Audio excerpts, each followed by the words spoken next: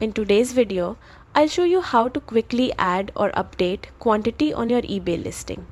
This is essential for keeping your inventory accurate and making sure buyers always know what's in stock. Let's get started.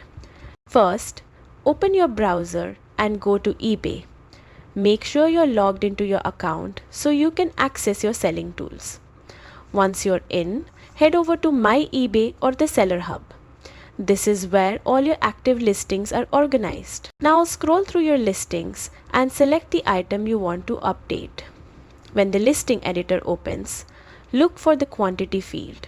It's usually right next to your price, condition, and shipping details. Click into it and type in the updated stock number you want to show publicly. Once you've updated the quantity, make sure you save the changes. This step is important. If you don't save, your listing won't update and buyers will still see the old stock numbers.